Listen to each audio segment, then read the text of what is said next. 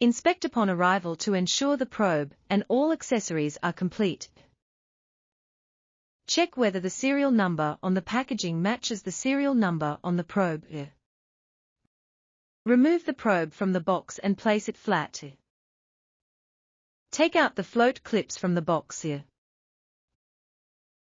Insert the 2 clips into the slots on the electronic head.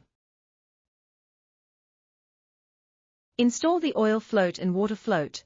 The one marked gasoline or diesel is the water float and should be installed at the bottom. Align the signal cable with the slot on the electronic head and secure it in place.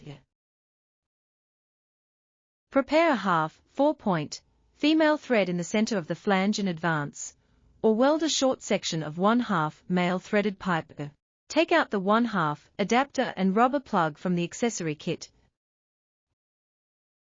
Install them together with the matched 1/2 explosion-proof conduit for the probe.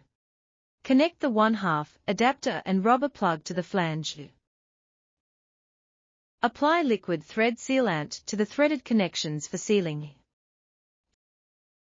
Secure the rubber plug to the tapered end of the explosion-proof conduit. Connect the probe signal wires using wire caps. Wrap the signal wire connections with a sealing resin bag.